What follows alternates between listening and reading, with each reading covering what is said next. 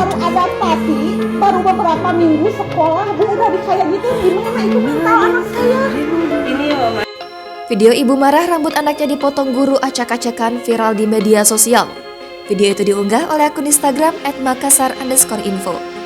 Video viral itu sendiri sebetulnya milik seorang ibu dengan akun TikTok @reva.juliani seperti dilansir oleh makassar_info. Dalam video itu memperlihatkan slide foto seorang anak SD kelas 1 dengan potongan rambut berantakan. Tampak anak berseragam itu rambut sisi kirinya dipotong acak-acakan sehingga terlihat putih kulit kepalanya. Sementara rambut belakangnya juga dipotong tidak rata, begitu juga dengan rambut poninya. Atas perlakuan tersebut, orang tua si anak telah mendatangi pihak sekolah. Tampak dalam video itu, pemilik akun @reva.juliani protes kepada guru anaknya. Ia tidak terima kenapa tidak diberitahu dulu sebelum rambut anaknya dipotong di sekolah.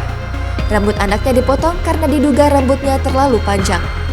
Pihak sekolah kabarnya sudah meminta maaf dan orang tua siswa juga melaporkan ke KPAI. Kini anaknya trauma tidak mau sekolah.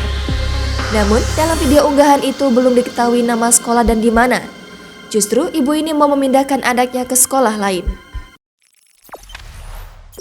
Jangan lupa subscribe, share, komen, dan like ya.